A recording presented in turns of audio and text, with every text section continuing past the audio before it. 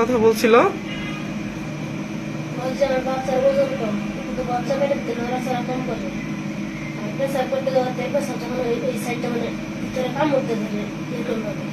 মানে বাচ্চা নড়াচড়া কম করে এই জন্য আসছেন? যে আমার বাচ্চার ওজন কম, ওজন কত কথা বলছে? 250 গ্রাম। এখন তো ওজন ভালো আছে।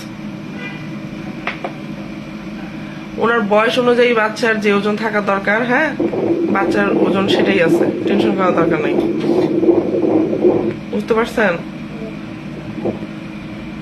একটা বাচ্চা 5 মাসের দিকে যেরকম ওজন থাকা দরকার সেরকমই আছে, ভয় পাওয়ার দরকার নেই।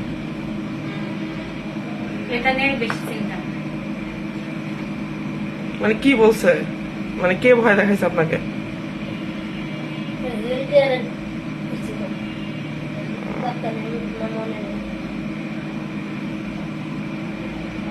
বাচ্চা ভালো আছে, হ্যাঁ।